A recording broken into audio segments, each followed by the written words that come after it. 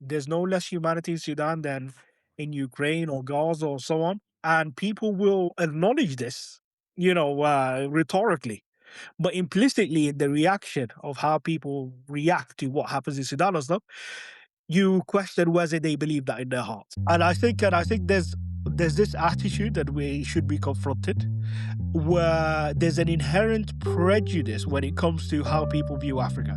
So the reason why people don't accept the UAE's role or so on or so, because there's always this attitude is just Africans killing Africans.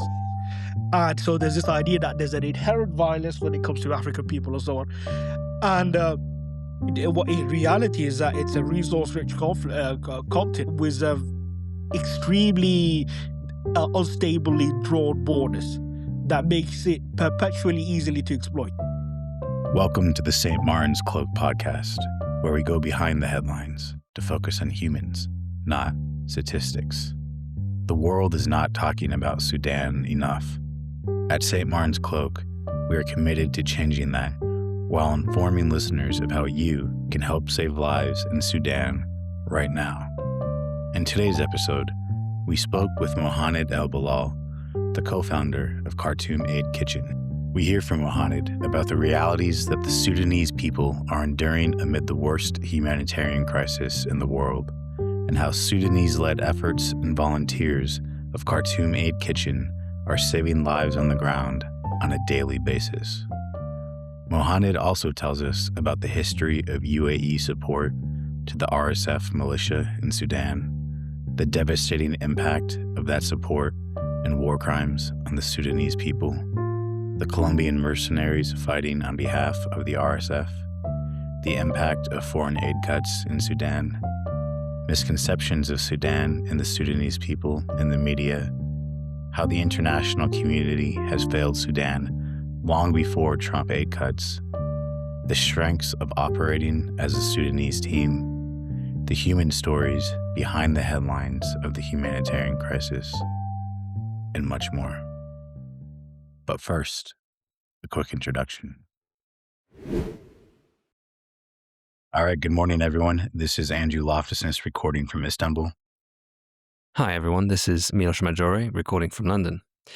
So, Andrew, we're continuing with our Sudan coverage, which, as we've mentioned before, is something we really want to continue and really want to dive deep in. We've already had our interview with Andrea from the Mutual Aid Coalition and Proximity to Humanity, but this time you held down the fort. I unfortunately wasn't there, but you talked to Khartoum Aid Kitchen, and that was really a great interview. Having listened to it already myself, I think our listeners are in for a treat. What was your sense about the interview itself and the discussion that you guys had? Yeah, so first off, thank you again to Mohanad for coming on the show. We truly appreciate your time and your in-depth expertise on these issues. And thank you to Yusuf for setting this all up. I thought that the interview went great. Nothing about what we discussed is surface level, right? So for example, when I asked Mohanad about the role of the UAE in support to the RSF, he went back about 30 years in time to the foundations of that relationship and then walked us through the whole thing, which I appreciated because, any number of the individual topics that we touch on here, there could be an entire episode about that. Yeah. Or multiple episodes. Right. And I'll just put this out there for listeners. We intend to do that. In fact, like we want to do specific background episodes on how the war in Sudan started, what the different role of these foreign actors are, such as the UAE and Colombian mercenaries, which that's something that does not get near enough attention in the media. And that's something that we talk about with Mohanad and the interview. But, really, we covered so much ground. Mohanad provides an overview of the catastrophe in Sudan and what that actually looks like for the Sudanese people. We do a deep dive on the Khartoum Aid Kitchen aid model, right? essentially like the business of actually saving lives on the ground. And there was a lot of interesting insights that came out of that conversation. For example, I think it was around when I was asking Mohanad, what is the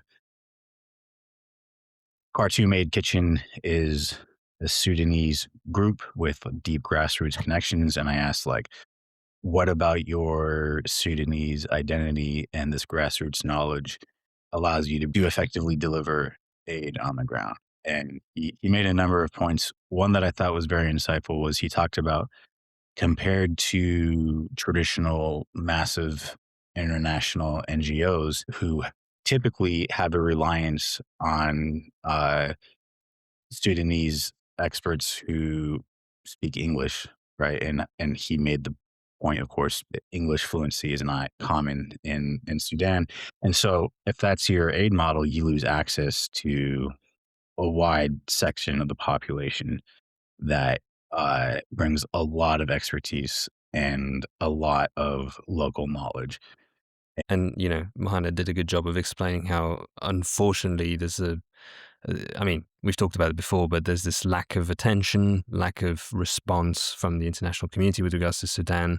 And some of the things are really, I mean, the Al Fasher, massacre that occurred last year, he goes into detail about that and some of the tactics that were used by the RSF to really inflict as much suffering as possible, it seems. But so on the one hand, you've got that side of it where it's not covered well enough and it's not responded to well enough. At the same time, having that local expertise when you do have, the response means that the aid that gets through is often better thought out. It's better distributed. It's better equipped in the sense of that community aspect of it. And he made an interesting point. It's also more cost effective. Yes. And this is something that we need to remind ourselves that international humanitarian aid missions and operations are quite very expensive. And especially when it comes to the individual impact, donating to a big organization, while obviously very helpful, it does dilute things a little bit. Whereas here, there's an aspect of, you donate as a listener, as a person, and you know where it goes. And where it goes is to a very sort of focused and concentrated point of aid that does actually change lives and does actually help people. Yeah, exactly. And, another important point that Mohanad made was compared to outside international experts, or the Sudanese volunteers that they're working with, to use his own words, have significant skin in the game, right? This is their Right. country. These are their cities. These are their families. This is where they're from. There's, we see this in other countries that we've visited and that we've discussed and that we will discuss in this series. But there's no plan B, right? Yeah. There's no other option. And he goes into detail about the hardships and the significant life and death risk that these volunteers are undertaking every single day. And again, they're able to do that because they are Sudanese, right? That factor is simply irreplaceable when it comes to effective aid right now. Yeah, absolutely. And I think overall, you guys covered a lot of bases, and what you mentioned up top with the more in-depth background. I think it is important, and as you said, we want to delve into it. But I think it's all the more meaningful to hear it from someone who has been affected by it, while it has he's got first-hand experience with the conflict, with what's going on there. So it means a lot more coming from him, obviously. It's something that we will continue to cover, and it helps understand why we're in this situation in the first place. Everything from the UAE's role to, as you mentioned, Colombian mercenaries, which is not something that I think a lot of people expect with regards to the Sudanese conflict with what's going on there. But there you are. It's still a contributing factor. Yeah. And, another point that we discussed is how, one, the most important thing is that Sudan is almost never discussed in international media. It just isn't. Yeah. And when it is, it's typically framed as uh, an African civil war. And, Mohanad talks about the implications of that framing and how people then respond to the crisis. And I'll let him explain that in the episode. But in fact, this is an international war.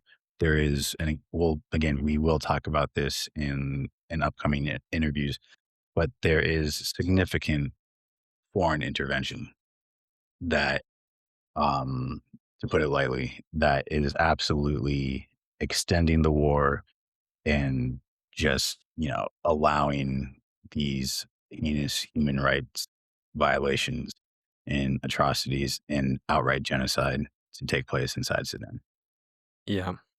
So I think we'll let him explain everything shortly. And I think, to our listeners, we welcome any feedback and thoughts about all of our interviews, but, do stay engaged if you can. And I think there was a great moment, and then, we can turn it over to him, but a great moment where Mohanad said, in response to a question you posed on the impact that a single person can have with regards to aid to Sudan. And he said, well, St. Martin only had one cloak. Yeah. Yeah. And I thought that was, he stole our line. but, but it's true. And as I mentioned, it's, donating if you can, or spreading awareness if you can, it does change things, and it does change the life of, every life you change is significant. So let's not lose hope. 100%. And that's our goal with the show at the end of the day, is to point people in the direction of how you can actually do something about all these different situations that we discuss. So if you want to help actually tangibly save lives in Sudan, check out the work of Khartoum Aid Kitchen. We have links in the description of this episode pointing you in the direction where you can do so. Give them a follow on social media. We have that in the description as well as a number of links to reports verifying the claims we made about the situation in Sudan itself. The last thing I'll say is that if you are involved with aid to Sudan, we would love to talk to you. So please reach out to us directly. Again, link in the description. And now, ladies and gentlemen, we bring you Mohanad El-Balal. Okay, Mohanad, good morning, and thank you so much for being here today. Do you mind starting us out just by introducing yourself and telling our listeners about your personal connection to Sudan and the mission of Khartoum Aid Kitchen? Good morning. Thanks for having me. So my name is Mohanad El-Balal. I'm British Sudanese. And my connection with the situation in Sudan is extremely personal because in 2023, um, on the morning of April 15th, basically something like 90% of my extended family became displaced.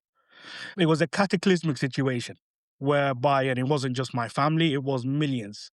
And it just happened while Sudan is a historically unstable country with was lots of conflicts in the peripheries or so on. The scale of it was just, it was everywhere. And so it was part of a sort of a coping strategy, is basically just in a response to a feeling of helplessness. I became active firstly in trying to educate people about the situation in Sudan, the realities beyond just well, there was a vicious propaganda war at the moment at the time, and just to educate about the realities of what was happening in Sudan, the scale of the atrocities and so on.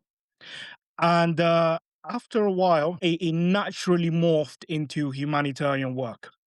So the story of Khartoum Aid Kitchen, it's not that Khartoum Aid Kitchen we describe it as a grassroots organization, because while we've molded a Western funding model to something that already exists in Sudan. So we have something in Sudan called the NFIR system. So the NFIR system exists by where communities pool their resources together to try and help each other. And at the start of this war, I saw terrifying statistics published where, saying something like 3 million plus people in Sudan could die of starvation.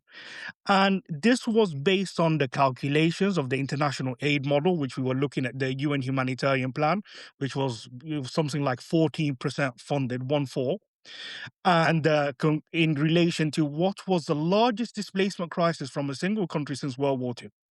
So the scale was horrific, and we're talking what was being committed was a couple of $100 million or so.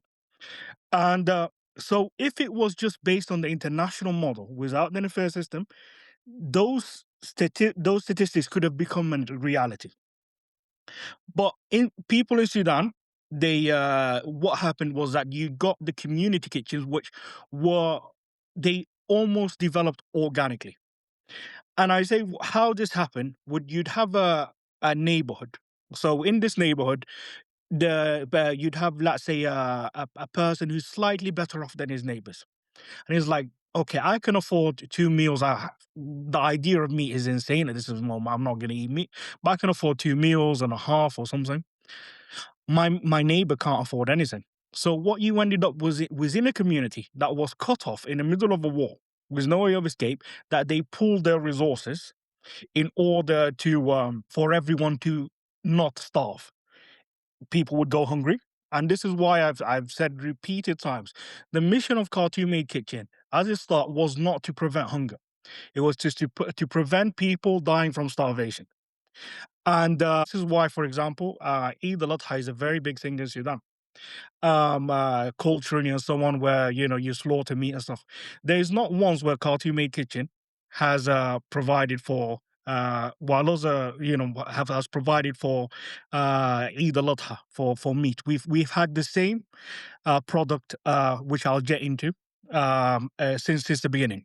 So Khartoum, the thing about Khartoum making, it's not a new idea. We implemented what was going on, but these kitchens faced a problem. These organic kitchens that came into existence faced a very big problem because everybody had overnight become unemployed.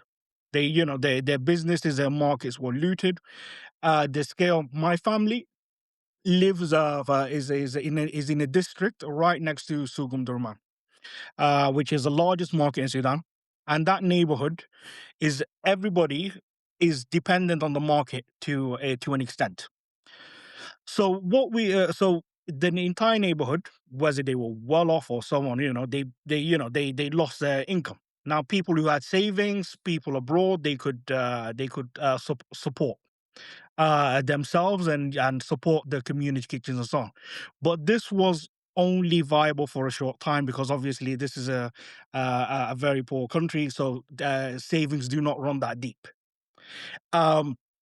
So this is why we Khartoum Aid Kitchen. The idea of it was to bring funding, but to these models. Now, uh, initially, what cemented it was I was having a conversation with my cousin who was displaced from a family home. It's a home we've had in the family since Mahadiya, which is I think you're a student of history yourself. So it's been for more than 100 years, and for the first time ever, he's been displaced from it. So he was displaced to northern Omdurman, a locality called Karari, in the Khartoum metropolitan area. So Khartoum state it has a complicated geography. You have Khartoum city, but only something like 1 million out of the 9 million people in Khartoum state live in there. So there's a total of 7 localities. And he was and I was having a conversation with him on the phone, and he was just like, he's just like, wait a second, I'm gonna take a picture, I'm gonna send it to you. And the picture was of jugs lying on the ground. Uh, you know, uh, uh, and initially I wasn't quite understanding what was, it was just these colorful. In Sudan, they have these colorful little jugs where you just see everywhere. And it was just lined across the street, but there wasn't people there. And it was just basically these were people waiting for a community kitchen. in the neighborhood which he had been displaced in, where his sister lives, which was still relatively safe, but it's a lower middle class neighborhood. People were never really ever hungry there. Yeah.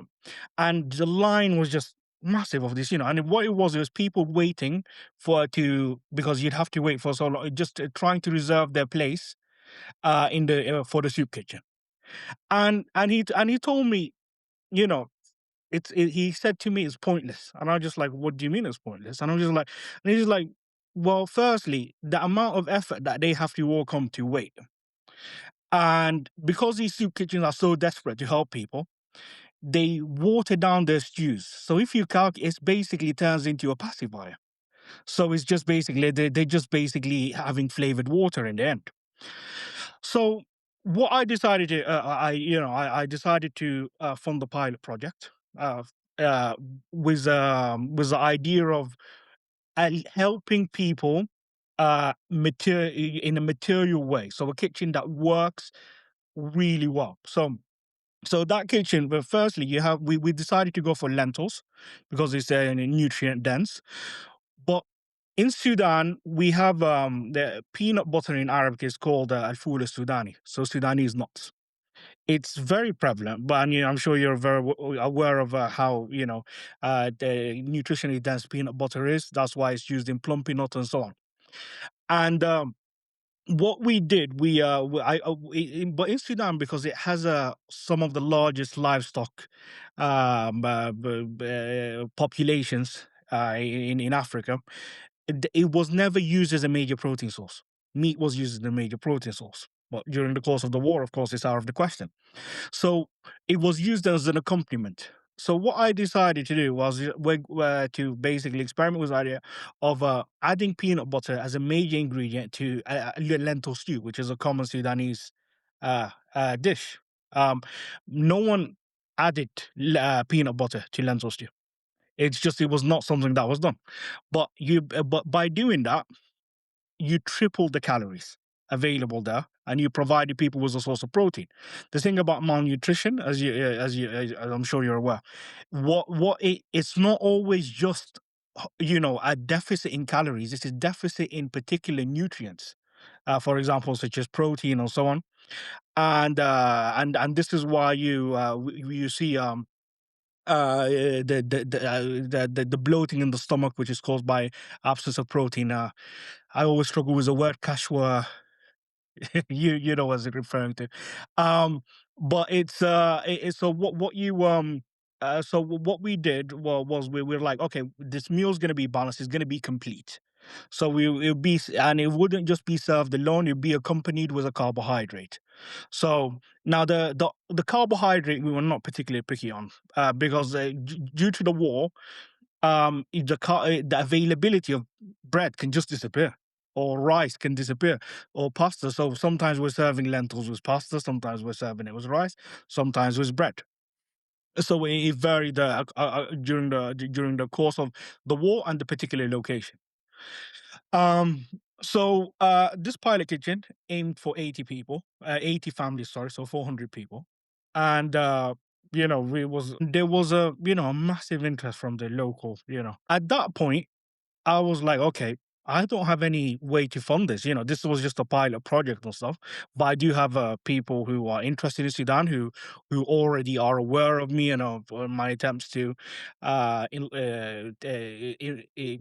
provide a sort of Sudanese perspective of what's happening in Sudan. Um, and what I did, I approached a friend of mine who was also being quite active at the time. But he was more he'd been more advanced on the humanitarian journey than I had, because he'd already started fundraising for Sudan. So Yusuf, who's also, he has family from Sudan, and I approached him and I go, okay, you have funding source, but you don't quite have the capacity or the networks on the ground to deliver this. Whereas I have a being born in Sudan. even though I have grown up in the UK and my extended family being from the city of Omdurman, where a vast, the even people within Khartoum state had gravitated towards, because it's just basically the nature of the displacement crisis in Sudan is that people flee from where the RSF is. RSF is an area, people move from it. That's been the consistent pattern, supported by all statistics throughout the war. So Omdurman was less affected, less presence of RSF. So there was a large population there. So I had these networks, and he had initial funding. So I go, okay, I can fundraise, and then I'll ask them to donate to your initiative. And this persisted for a while, and then we expanded to a large kitchen that was starting to serve 800 people. This is in Hittan Shimal in the northern Durman area. So the small pilot kitchen basically just continued to expand, where you just had rows and rows of pots. Then we set up a second kitchen. And then we decided at that point, this was in 2024. This was happening in the early start of 2024. So by April 2024, we go, okay, we need something, an initiative with the idea to support the work in Sudan. So we basically fundraises for the work in Sudan. So it's so we didn't want it to become something like we wanted to maintain the grassroots nature of it. That the decision making, that we are basically the facilitators, we are the founders. But if you've noticed, we don't describe ourselves the heads of the organization or so on, because we founded it because we are in a privileged position to be able to found it.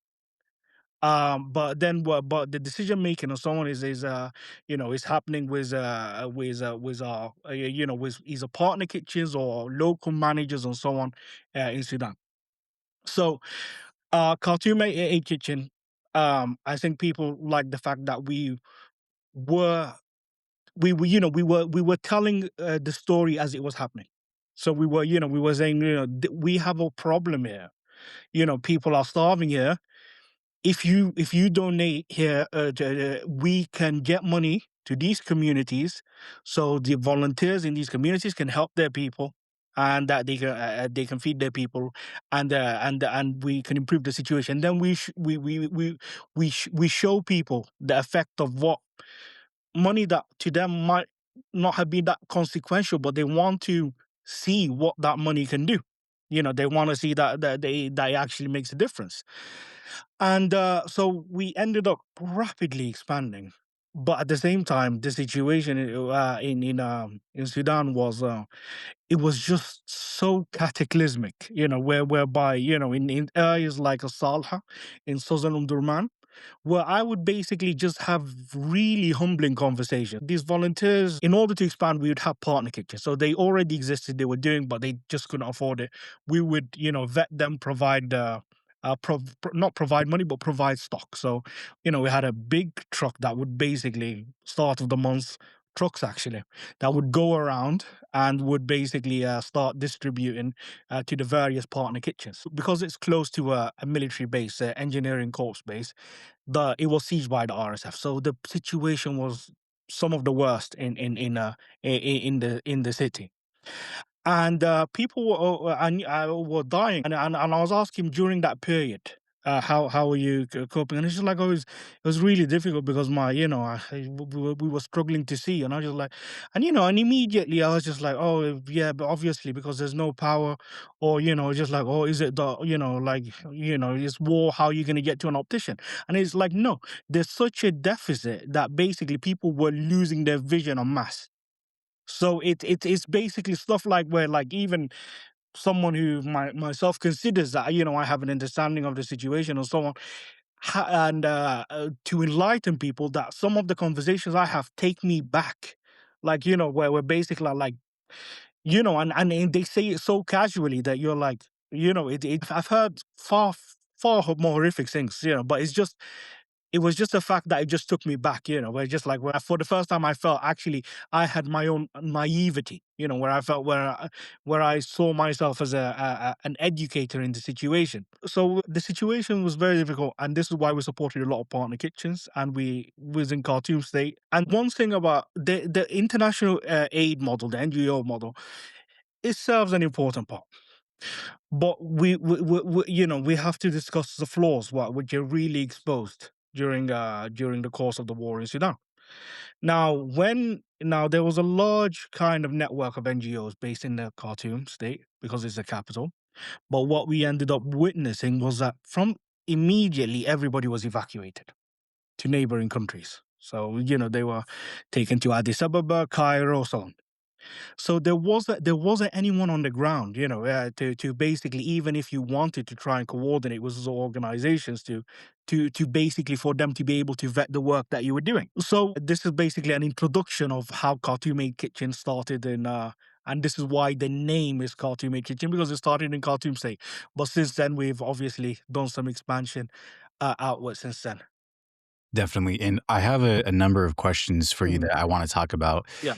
both about the specific aid model and the work you guys are doing on the ground, as Mhm. well as the reality for the Sudanese people right now. Mhm. But before we dive further into that, I think that we need to establish for our listeners some baseline facts about the war. Now, right before we started recording, you and I were discussing how Sudan itself overall does not get nearly Mhm. enough media coverage, Yeah. bottom line. And I'll add to that, I think that even when Sudan is being discussed, something that is typically left out of the conversation, at least in mainstream media, is the role of foreign intervention Yeah. in the war.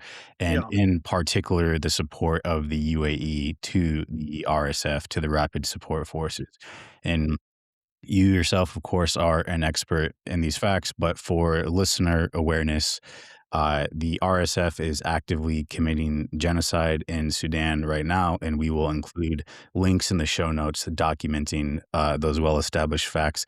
And you have been very outspoken online about the role of the UAE and the war, including calling for a boycott. Could you describe for our listeners the role of Mhm. the UAE's support to the RSF right now? Yeah. So it goes back a while. So I have to basically go a little bit back in history to understand how we got here. So Omar al-Bashir, the previous dictator of Sudan, he ruled for 30 years. There was Janjaweed militias, which were Arab no, nomads who he'd armed in Darfur to put down rebellions in the region of in Darfur. Now, during the course of now we know that. Now, here's the thing about when you employ militias. The reason why it's popular with states is because the state doesn't pay the price because it's not paying them salaries like soldiers. But what ends up happening is that civilians pay the price. This is an inherent understanding of any relation with militias. It's a bargain with the devil that you make. And this is which is quite ironically, the RSF, is namely the devil on horseback. Janjaweed. So it is very well understood that if you're going to get these Arab nomads who do not have land rights in a lot of areas, and also there's agricultural pressures and so on, competition for grazing land with farmers, these weapons are primarily going to go to displacing people through ethnic cleansing. So you witnessed during the in Darfur something like 2.5 million or so on during the early years, ethnically cleansed off their lands, and these were those who identified as African Darfuris. So the split in Darfur, what you have to understand, Arab is more associated with a lifestyle than an ethnicity. Everyone's at the end of the day is African. Africans are farmers. Nomads are Arabs. It's a very broad kind of but it just simplifies it for people who aren't familiar. So there's a competition for land, especially in an area that is very drought prone. Now, Omar Bashir exploited this. He armed these Arab nomads, and he fully understood that that in order for them to put down these rebellions, that they're gonna want land, and he had also allowed them to bring in settlers from Chad and neighboring, also Arab nomads from other neighboring countries in the Sahel, such as Central African Republic and so on. And this created even more pressure on all the already limited resources. And then around that, you ended up getting a supremacist ideology that developed to justify this dispossession of land of people. It's all right. Yeah, initially you could, oh, they're rebels, you can take their land or something, but then when it's communities that haven't done anything, then you need the supremacist ideology to justify it. And so in the end, the Darfuri rebels were largely put down through the Janjaweed militias who understood the terrain, unlike the Sudanese army, and the army pulled back to bases largely. So what ended up happening at that point? Bashir saw another role for the RSF. So the RSF was created basically as a way to legitimate. So I call them the Janjaweed in uniform. Because this is all they are. It was because they had initially the Sudanese government under Bashir, they denied any links to the Arab nomads. It's just like, oh, they just got their weapons from nowhere. It's just like, I don't know how they got these vehicles and these, and these AK-47s and so on. No idea. This is just tribal warfare, they would say. But when it became so apparent, then there was a change of tact. They were like, okay, these, so we will try and whitewash them. So we'll make them into formal, so one of them was called the RSF. The other ones were called the border guards. But it's not about border guards, it's another Janjaweed militia. So what you ended up seeing at this point is that the RSF moving into the state. And then al-Bashir saw another role at this point was that he had historically bad relations with the wealthy Gulf partners, and he wanted to ingratiate himself and get funding and so on. So he goes, "Oh, you have a conflict in Yemen, and it's quite costly and so on. Let me, I will provide you with RSF militiamen who can fight and so on." Now, at this point, the RSF ends up developing international relations, specifically with the UAE.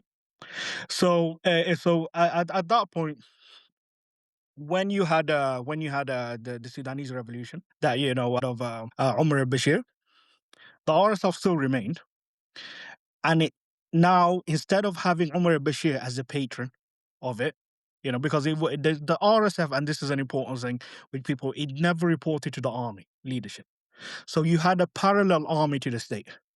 And so Omar Bashir saw it as a counterbalance to the army, because, any colonel that thinks of having a coup against Bashir, you'd have something like 70,000 militiamen, just taking over. But Sudan is very highly coup prone. So, and usually you just need a colonel to go to the TV station, and so at the start of the war, the RSF already was given control of these areas. So they were already at the presidential palace. They were already at the national TV, because the leadership did not trust the soldiers of so these were already places handed over to the RSF. They never took it in the first place. We were some sort of Praetorian guard, sort of, and except they were not loyal to the leadership or the state. They were loyal to the Himeti, and he answered to the UAE now. So what you had tensions between the army leadership and which now had the head of the army had become head of state. And he what ended up happening was that the army wanted the RSF to be disbanded or so on. And then the pressures grew and grew. And on April 15th, what happened was an attempt to take over the state. You were seeing for days and days clips of RSF vehicles just moving into the capital, just thousands and thousands of militiamen. So and the Sudanese army is very slow.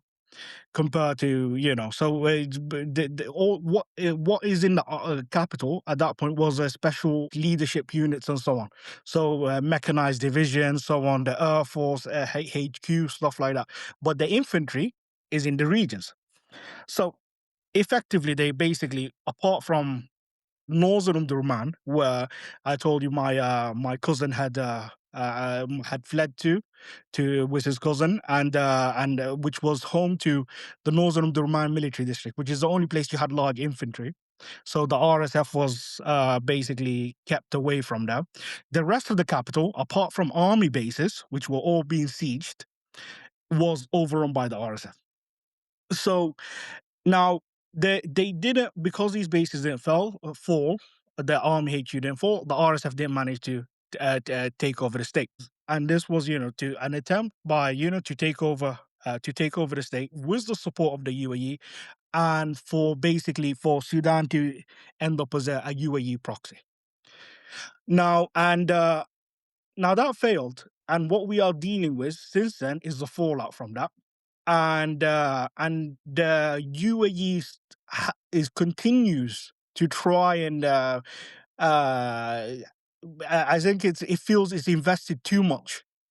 It plays too much money to basically pull out now. So it's the fallacy of sunken cost. So, and every time they feel there's a setback or something, they just provide more. They double down. And there's this, and it just basically creates worse calamities, and you're witnessing horrific atrocities. It's just like, for example, in Al-Fashir, where we had been warning, just for so long, describing in detail exactly what would happen. We were witnessing the RSF do something very strange, around Al-Fashir, where they were building a wall around the city they were sieging. Now, usually, when you have a siege, it's the defenders of that build the wall. But no, the RSF were confident that they'd cut off the food, and the people inside the city had reverted, or not reverted, but resorted to eating animal fodder. And the reason they is just such horrible reason that they resorted to eat animal fodder, because they'd eaten everything, including all the animals, in order to try to survive. There was no animals left to eat the animal fodder, so there was animal fodder remaining for people to eat. This is a reason why there was animal fodder, and this is what was being served in community kitchens in El Fasher. So they were confident, but rather than going, okay, let's let these people, go and give up the city, flee or so on. They're like, no, we're gonna build the wall around the city, so when it eventually falls, no one can escape and we can massacre it. And I think for the first time ever, you had a situation where you could see the evidence of genocide with just ordinary satellite available. We're not talking like some high tech, some intelligence level. This is commercial satellite imagery, shows pools of blood across neighborhoods. And you have hospitals which they were going in, and they were basically just killing everybody in the hospital. I've come across those who managed to escape to places in northern state in Sudan. And the stories they tell you, the men, they'll be rounded up and killed. So you look at it. I think when I sent our representative to the captain, and he goes, and the first thing he said to me when I called him, he said, "There's no men." And I just like, and he was just, and he just like, and he was just basically kind of shell shocked by any man trying to escape. For the, unless they were very old, and they would be killed. Even little boys. You have we also saw this in a Guinea. So this isn't the first time where there's a UN report. It's titled "Don't Ask Where All the Men Are."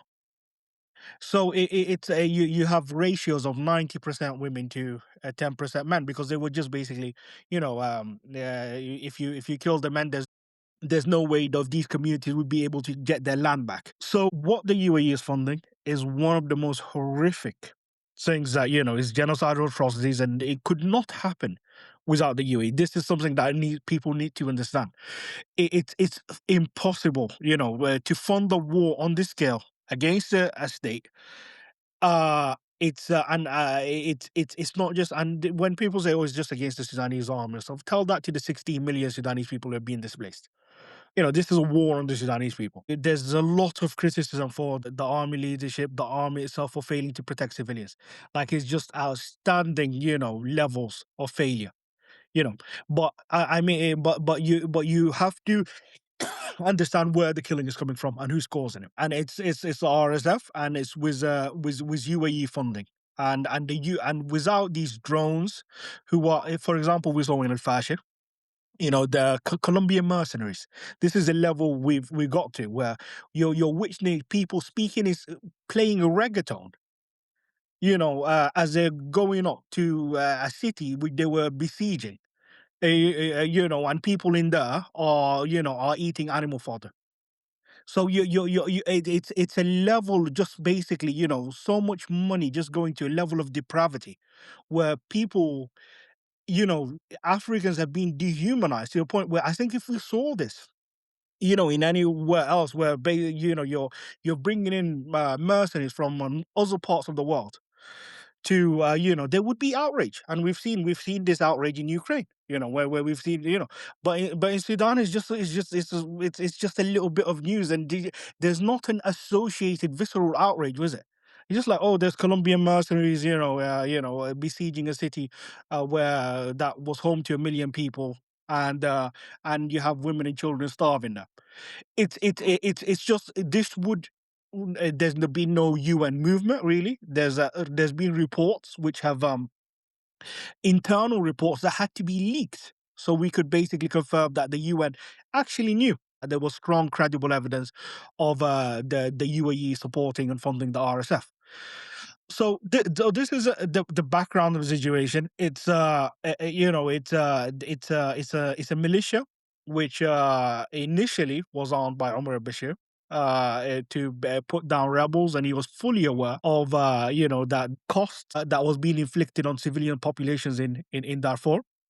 And then he decided to leverage that more by sending them to Yemen. And that's where they developed independent foreign relations. And at that point, when Bashir fell, they became a free agent, was needing with a new patron.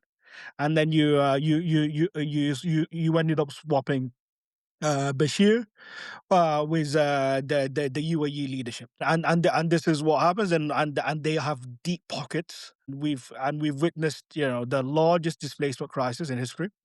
We've since World War II, I should say.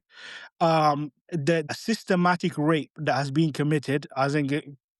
The thing is, because of Sudanese conservative society, it's hard to get statistics, but it's not an exaggeration to compare this with, Japanese imperial actions during World War II. This is it's in no way an exaggeration. You have women who have, in large numbers, who committed suicide, either by jumping off roofs, jumping into the Nile, simply to avoid RSF militiamen. Because if you were of a particular age in a particular area, you could be pretty confident that this is what was going to happen to you. I think, and one of the most harrowing things, I believe, and you felt completely helpless when the RSF were running Wad Madani. Wad Madani is a city capital of Jazeera state, the second most populous state in Sudan, close to 7 million population at the time. And when the RSF overran it, it's an educated city. People there have access to internet and so on, and it's considered basically the cultural, or one of the major cultural hearts of Sudan. One of them, what we saw, what was trending, I was seeing trending in Arabic, a thread of what to do when you've been raped. The amount of bookmarks I saw on that thread. And these were people that were living it at the time, and these were people that I was communicating with at the time, within with Medini. I was communicating with many people at the time, and and they found themselves, facing an RSF that was behaving worse than they in when they were in Khartoum at first, because in Khartoum they assumed that they'd taken over the state. There's no reason. Initially they were like, they were like, okay, well, let's put on our friendly faces. We're just like, initial weeks. You had relatives there that could flee and so on, past their checkpoints. If they suspected you of being any link to the police or army or something, sure, you'd be killed. But people managed to get out. But in what Medani, it was vengeful. It was about, it was a militia feeling defeated, and it was and you had systematic rape and so on, and again we witnessed that in Eastern Jazeera, where we had to deal with these large numbers of displaced people, because initially what you were witnessing in Sudan, people would go stay with relatives. But if, for example, if you were from Khartoum, you'd go flee and stay with your relatives in the Jazeera. But if your relatives in the Jazeera are now also displaced, then what do you do? So in the River Nile state, which remains safe, for example, we were running out of places to put people. So you did go, okay, they say put them in schools, put them in public buildings, but they're already full from a previous wave of displacement. So they were, okay, tents, but we're running out of tents. I think we resorted to in a place called Bijrawiya. Well, Bijrawiya is so you have the pyramids, Sudanese pyramid. So the fence for that, which is a cultural tourist area, there were people were putting sheets on the fence, you know, to basically sleep underneath, and this is all we could offer them. So you had and at the same time the level of hunger, you had something like half of the population of the Sudan, or slightly more than half, 25 million or so, were in different stages of hunger. So you combine that with the displacement, the hunger, the massive levels of the sexual violence that are being experienced, the trauma that's happening, which you're trying to provide support for.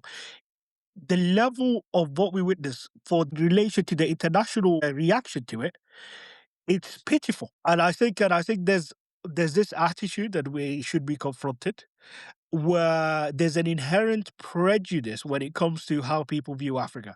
So the reason why people don't accept the UAE's role or so on or so, because there's always this attitude, it's just Africans killing Africans. And so there's this idea that there's an inherent violence when it comes to African people and so on. And what in reality is that it's a resource-rich continent with extremely unstably drawn borders that makes it perpetually easily to exploit. Uh, the reaction that we've seen internationally compared to the level of suffering, the level of what has been pledged by the international community, I should actually make a point about this. What is pledged is wholly different from what is actually provided. So we see the pledges, but what is actually the level of what is provided has been extremely pitiful. Whereby we've been to areas where it's very obvious places where the displacement are. They've got to safe areas, and we would be the only people there. There was from Sinnar, when the RSF moved from Jazeera to Sinnar state, and those agricultural state. Uh, the people had to flee to Gadaref, and you had something like 8,000 people living in a disused bush shelter, and it was just the seas were just, it's very eye catching. It's not something which, it's in the middle of town. You have 8,000 people in a state which is easy to reach, and yet the only support is that an NGO came and dug a latrine, and that was it.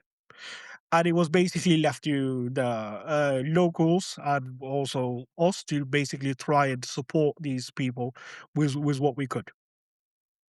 Now, unfortunately, the displacement crisis has there's something like 4.2 million people now have returned back to their homes as the RSF has been pushed back. But you're still seeing even people who have returned. They're trying to rebuild their lives with very minimal support. and obviously there's masses of people who still remain in displacement. So this is a general background of the situation in Sudan. It's not that there are issues with Sudan originally, but it could not have reached anywhere near this level if it wasn't for UAE funding support. Yeah. So, one more question for you at the Mm, international level, because you mm, mentioned aid.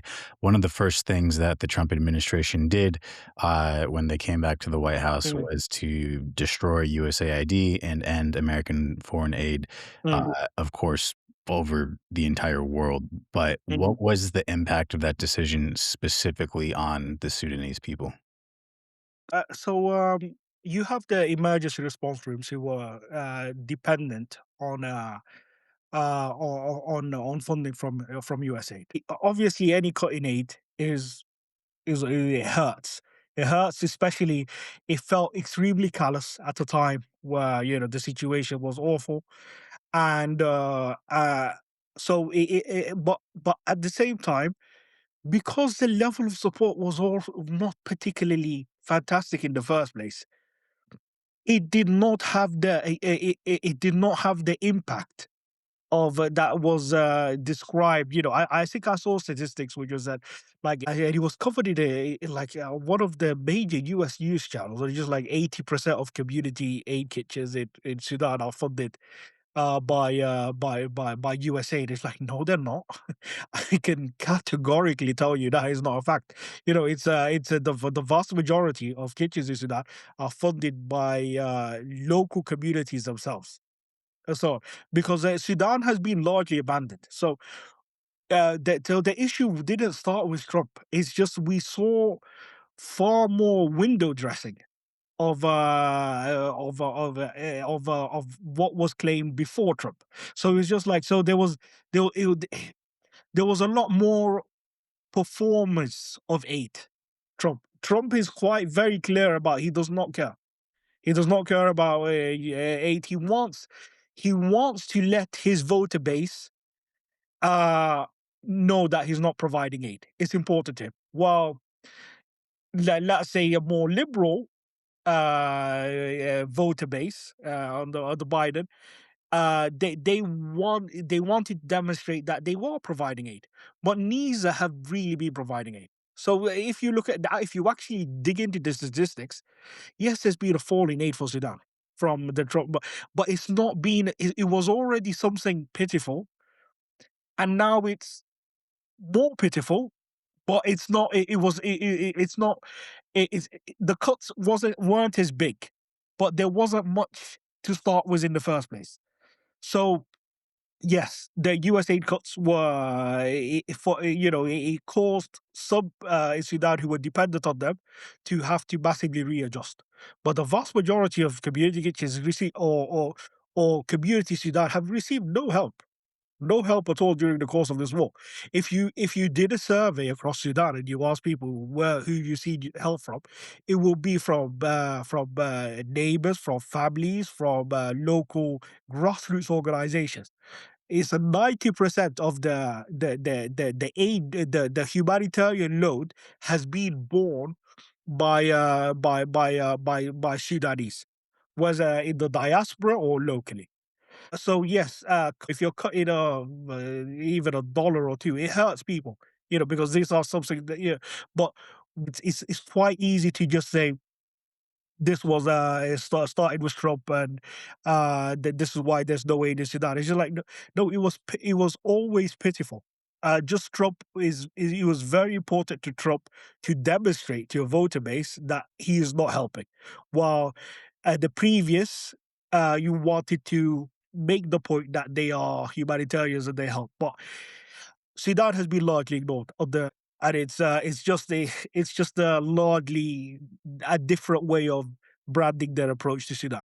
So let's zoom in on the work that is actually being done in Sudan by yourself and by your teammates to save lives on a daily basis. So there's a few things about your aid model that are unique. Khartoum Aid Kitchen is proudly Sudanese, as you've noted, and on your website, you say that the identity of your team is, quote, rooted in Sudanese community and culture. Earlier, you mentioned the tradition of Nafir. So when it comes to humanitarian aid, what strengths and insights does your Sudanese identity and knowledge of local communities bring to the table in terms of effectively Mhm. delivering aid on the ground?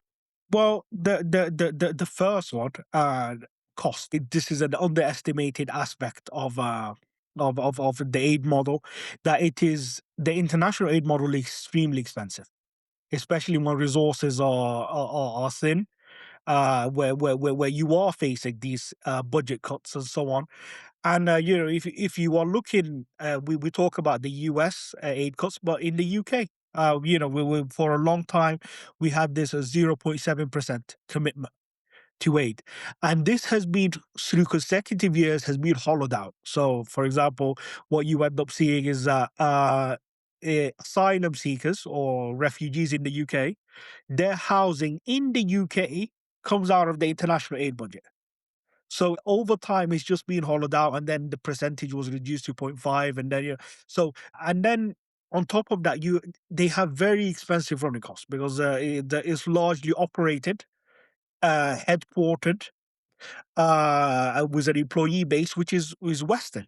I would strongly champion people on the ground because they have the expertise, but I want to start off with this point because people really neglect it, and it's a cost of hiring and employing and retaining, and the logistics of having an operation that is led from abroad compared to an operation which is led and has its base of human resources, which is almost entirely locally. So what that ends up doing is that, compared to what we are distributing and what we're helping with, the cost, the logistical cost is a fraction. It's just a fraction of what. So we can. So if people will see, guys, I'm sure you've had a look at our page of the work we do, and where so we've run the widest network of kitchens across Khartoum State. We've rehabilitated hospitals. We've returned thousands of displaced people from their homes. And compared to what we are, what we received in donations, it's not, it shouldn't go this far. The only reason it does is because our costs are Sudanese costs. The Sudanese costs, if if you have a general manager, which senior general manager, which you're paying something like $150 or $200, the logistical comparison of a Western employee would be something like $5,000, $6,000 when you consider risk and transporting and accommodation, and it can actually be significantly more than that. And if we were working on a model like that, that would have wiped out everything. We wouldn't be able to do anything. So these models, when you have a cash rich environment where where international governments want to give, then yes, these top heavy organizations can work. But but what ends up happening is that because they are so cumbersome and the funding just does not compare to their structures, they're very constrained to what they can do. This is what so the first one, I would say, is cost. Obviously, that's not the only thing. Now, the second thing is local expertise. Local, I think there's an aloofness in the international aid community about, oh, we are professionals and so on. And obviously, there's a role for that. There is a role for that. But sometimes it's just having a local person that understands the area is more important. I'm not going to name international organizations, but the more private conversations. But I'll say, I was trying to reach out to also to NGOs with some of the larger organizations. And I was like, okay, well, we have this person here. They would be happy to host you, show you the work that they're doing, or so on, and then they're like, and the answer was like, oh, I'm just yeah, make sure him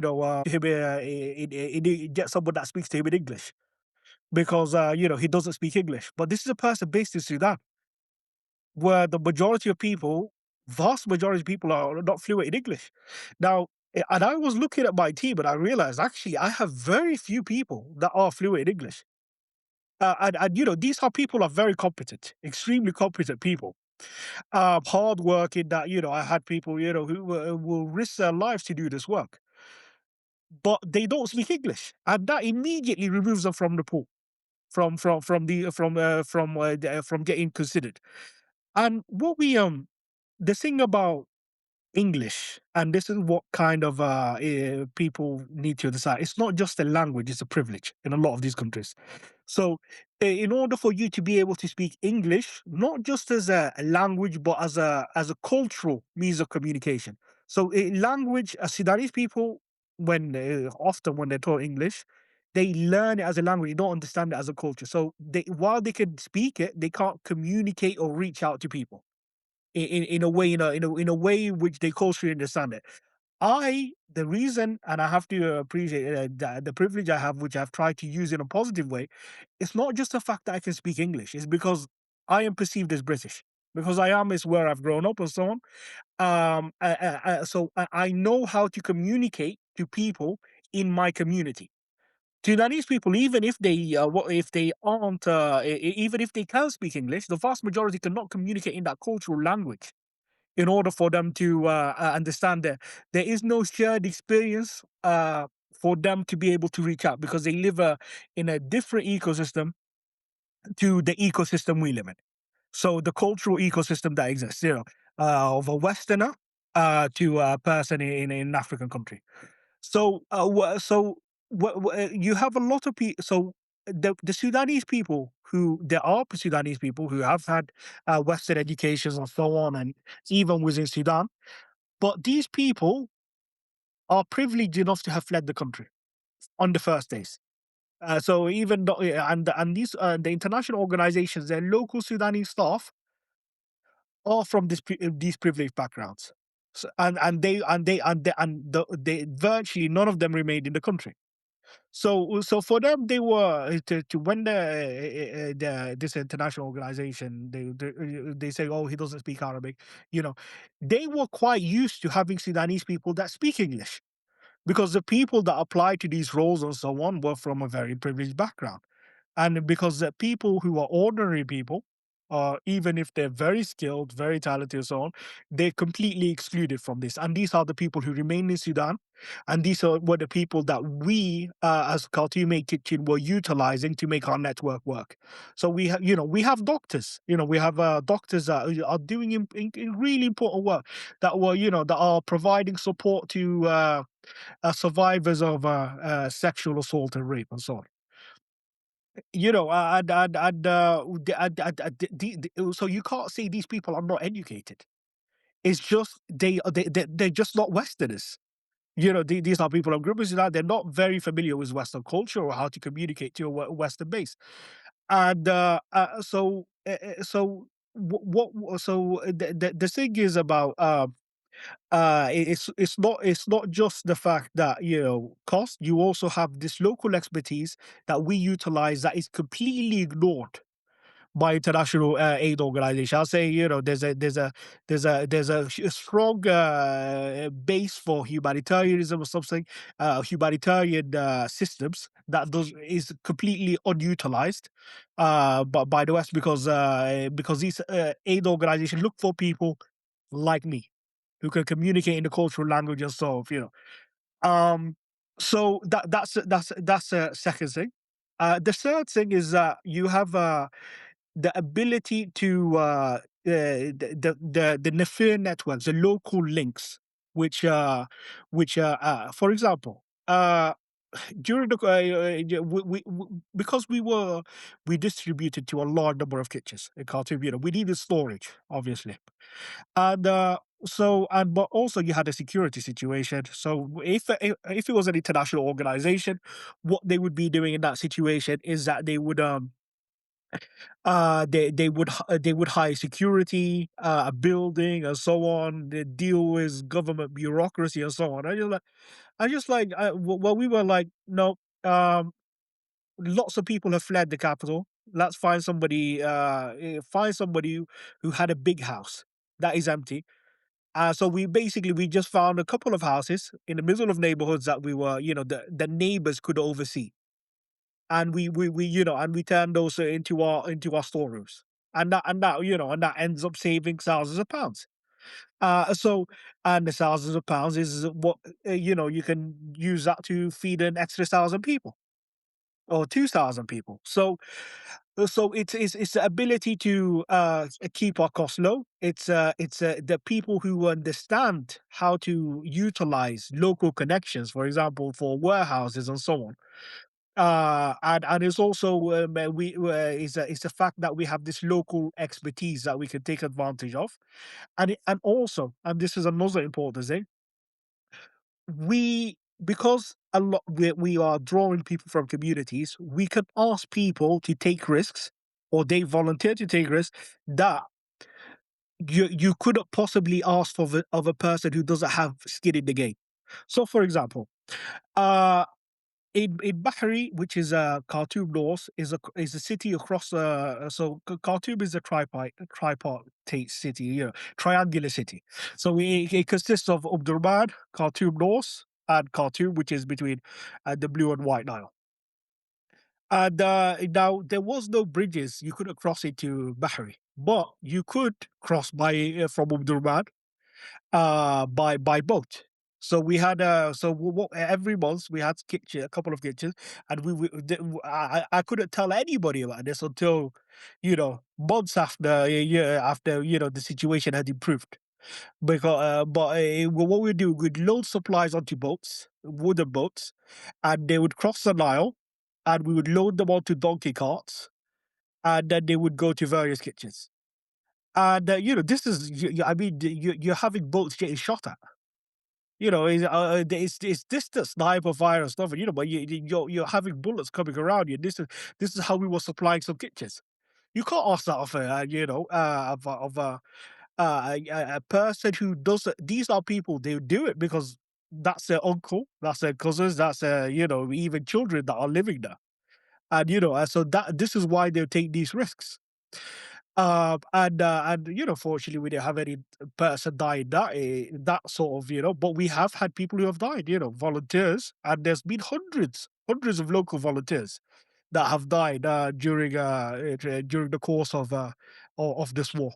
That have been killed or so on, or be either deliberately or accidentally or so on, just trying to do their work.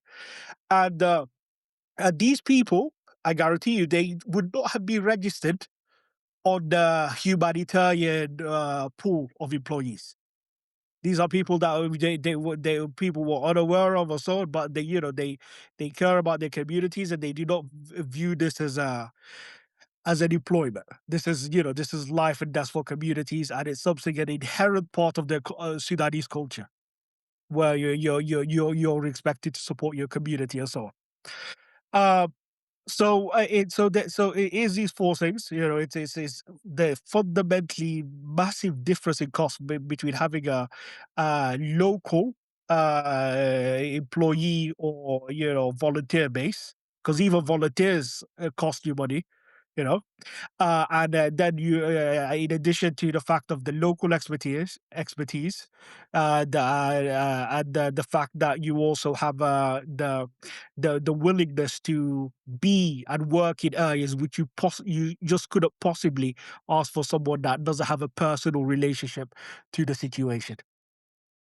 So I want to talk to you more about these volunteers themselves. As you've noted, they are risking their lives on a daily basis, have, Mhm, have oftentimes lost their lives mm, in attempts to save the lives of others. mm. What do you wish the world knew and understood about these Sudanese people that are in the midst of the most, catastrophic situation possible, are saying, "Okay, how can I help?" So what I want the world to know about these volunteers, Yes. I want the world to understand that these are people who are they're victims themselves. Virtually every volunteer. This is something you need to people need to understand about people. These volunteers in Sudan, they are people who have suffered themselves. They have experienced loss themselves, and what they're trying to do amongst that still to basically to help their community and so on. So these are people suffering and trying to, but despite that, they're not just willing to be victims. They want to help their communities. They want to improve it, and these are people that need recognition for their work. It shouldn't be. And this is why I tell people, Khartoum Aid Kitchen should be understood as an example of the work that's happening. But we are not the only people. It's just that you have people such as myself who are in a privileged position where we can communicate the story of these volunteers. But it's what I want the world to look at the model in Sudan and realize that if you empower these people, you respect their capacity of the local capacity to to support them rather than to insist that it's to be married directly, or you need you have to have a degree from a Western university in order to distribute rice or or lentils. So I think there needs to be more respect for the local aid model, and I think where now it gets virtually no funding compared to the international organizations. I think these international organizations themselves should fund these local initiatives, these grassroots organizations, and if they don't, the donors themselves should reach out and fund these mutual aid networks. Do you wish that international communities understood about the Sudanese people themselves that they're almost certainly not getting from mainstream media coverage of the war? The Sudanese people are not. They did not cause this to themselves. They're not. This is something that it has been a situation that has been imposed on them. These are ordinary people, just like you, with who were working normal life jobs, teachers, merchants, so on, and shopkeepers who are have the same simple aspirations as anyone else, and the same humanity. There's no less humanity in Sudan than in Ukraine or Gaza or so on, and people will acknowledge this, rhetorically, but implicitly in the reaction of how people react to what happens in Sudan and stuff, you question whether they believe that in their hearts. So what we want to see is that that it's not just rhetoric when we say somewhere in Africa that a life is worth a child's life is just the same. It actually needs to mean something. So so it doesn't actually, if you consider the grand scheme of things of how the insane budgets that are spent on meaningless stuff, around the world, that simply allocating something like $2 billion to Sudan and ensuring that arrives as food cargo, as just sorghum or something, to that would make a massive difference. But yet did not happen during the course of this war, during 3 years. What we see is a lot of rhetoric and promises and and pledges. So it's you have countries which have trillions of budgets in the trillions. And you have international organizations with so much funding. If you just for them to trust the Sudanese population, the local communities, that they are capable of helping themselves if you provide them with the support. Another thing that we were chatting about before we started recording was, the way that Sudan is talked about in the media right now, when it is Yeah, talked about at all, is often so brief. It's typically not more than a headline yeah, describing some sort of a catastrophe, right? Like, yeah.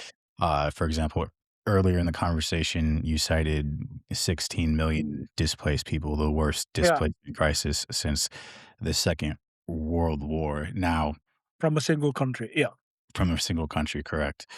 Now, what do you wish that people from your own experiences and the experiences of your teammates, what do Mhm. you wish that people outside of Sudan with no personal connection to Sudan understood about the human stories behind those numbers? You know what? I think when you tell, and this is what we've tried to do, to force the humanity into people's faces. But what we've seen is that Sudan can become statistics, and this is what often happens in African countries. It just becomes statistics. 16 million is a number. 25 million is a number. It doesn't really end up feeling. So what we've tried to do, we try to give personal stories, names, is if yeah, okay, one person died. What if I tell you if that person, if I put up an X-ray, and he has a bullet in his head, and and he needs surgery. You know, it has to.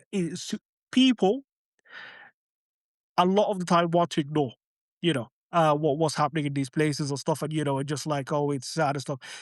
But what we try to do is show the humanity, like the humanity that exists. It's just, there's no less humanity or a person less personhood in somewhere like Sudan than in so in the UK or South Africa or anywhere else. Australia. But so what would you so when we communicate, when I communicate to a Western audience stuff, I try and show, we try and show personal, to not let it become statistics. And I think it's important to show to show the world that Sudanese, these are statistics, these are individuals. And they need support, and it's not something that should it should just be like, oh, a headline, and then oh, that's happened, and then we forget about it in a week or something. Like, no, there's a continuing crisis. It's with while it's awful, money support makes a huge difference. So it's not only that we want to see donations, we want international organizations, governments, and so on to be providing the necessary support, which would not make a difference to anybody's budget when you consider, the scale of how much is being spent, and what, if 2 billion shows to Sudan, well, I think, you're talking. I don't know what U.S. budget is, something like, what is it, 2-3 trillion or something. So it's these, and we're not talking about support from one country. We're talking about a pool of support from a number of countries, to Gaza, that they can help Sudan. So yeah, well, we want people not only to but to also lift the profile and encourage the action or support. So through aid and humanitarian support to help Sudanese rebuild. Now, Khartoum Aid Kitchen has a number of efforts going on the ground. You have, of course, the kitchens. You have, my understanding is, the child nutrition program, Yep. and you do a lot of work with restoring access to medical aid and medical infrastructure itself, such as hospitals. So I, Yeah. I I want to get your take on what normal people, like completely outside of government and with, like, just an average amount of resources in the West, let's say, can do to help your aid efforts. So let's say someone out there, they're thinking about making what for them is a small donation, right? But they say, this is such a huge problem. I can't do everything. I can't even really do a lot. So how can I actually help? What's the difference between that person, and then multiply this Yeah. by into infinity. That's a good question. That's a good question. The way I don't, people shouldn't look at it as I am gonna fix the Sudan 16 million displacement crisis, which I think is down to 12 million now or something. You should look at it as, I will help another person. St. Martin's cloak. How many? He only had one cloak. He helped a person. It's about helping another human being. So, and I'll give it to you as figures. A nutrition program in Sudan, where we take a child who's is suffering from severe acute malnutrition, not mild because we have funding restraints. So severe acute malnutrition. So this is a child at risk of death. From and not maybe due to associated illnesses. It might be recorded. Oh, he died of the flu, but he died of hunger. This is what he a weakened immune system. It costs us for an entire program to take that child on average from red, from severe to a normal acceptable weight, $40. And it almost feels like a easy cop out for people to say, "Oh, I can't fix out the whole problem." We're not asking you to. We're asking you just like if you could help, just say one child, take that child and lift them from in a starvation levels to a normal weight and give them an opportunity at life. Do that. If that's too much for you, we will bring in families back, not in luxurious condition, but we were bringing them back in trucks back to their homes for $7 a person or something. If that's too much for you, if so, and these are and I use these examples instead of a meal as a kitchen. It's just like because people might go, oh well, they'll be hungry tomorrow or something. These are permanent changes. We're talking about you're bringing a person in a permanent situation from this place back to the home for $7. So, so you're not required to fix Sudan's entire crisis. What you are being asked is if you are in a if you have a little bit of resources, help one fellow human being, whether that's a child or an adult. Now, on your website, you say, and I'm quoting here, Khartoum Aid Kitchen isn't a traditional NGO. We are community rooted, Sudanese led initiative built for a moment of crisis and a future of dignity. And I think there's a very important distinction there where you talk about a moment of crisis and a future of dignity. What do you think of when you think of that future Sudan characterized by dignity, and what does that look like for the Sudanese people? Well, the way or the reason why we say this is that the idea of people being in constant displacement, whereby they get it handout to basically just persist, exist, not live. This is not what we're trying to help people in a moment of crisis, so that they themselves are in a position to rebuild. So you bring a family back to their neighborhood so they can begin to rebuild. You repair a hospital, so people can get the healthcare that they need, so that they can go and continue with their lives. So what we're we want to position people in a position where they can begin to rebuild their life with dignity. The idea isn't for people just to be like on a constant aid, situation where where it's about to help people up during the worst period of their life and give them an opportunity where they could seek a future of dignity. Mohanad, it has been an honor to speak with you today. I truly appreciate your time and you highlighting the work that you and Khartoum Aid Kitchen are doing in Sudan. We end every interview with a version of the same question. We want to point people in the right direction of how they can take tangible action that actually helps people on the ground. So if anyone listening to this interview, like we were just discussing, decides that they want to help at least one person, whatever is in their power to do so, how can they support the work of Khartoum Aid Kitchen, and where can they go to learn more? Yeah, so they could. We are active on both Twitter. We have on Instagram. We have pages there where we post the work we are doing. We try to keep. We also have a website.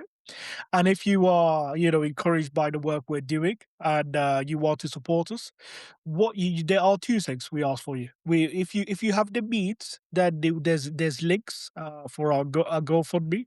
which is a primary source which we collect through, where you can make a donation.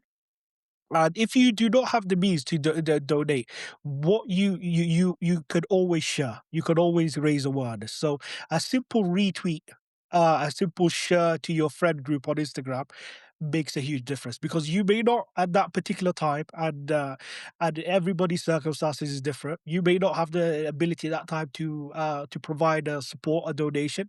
However, there's nothing stopping you from letting people in your immediate circle know about the work we're doing, and raising awareness about Sudan in general. Excellent. Mohanad, thank you so much for your time today. Thank you. It's been an absolute pleasure. Thank you.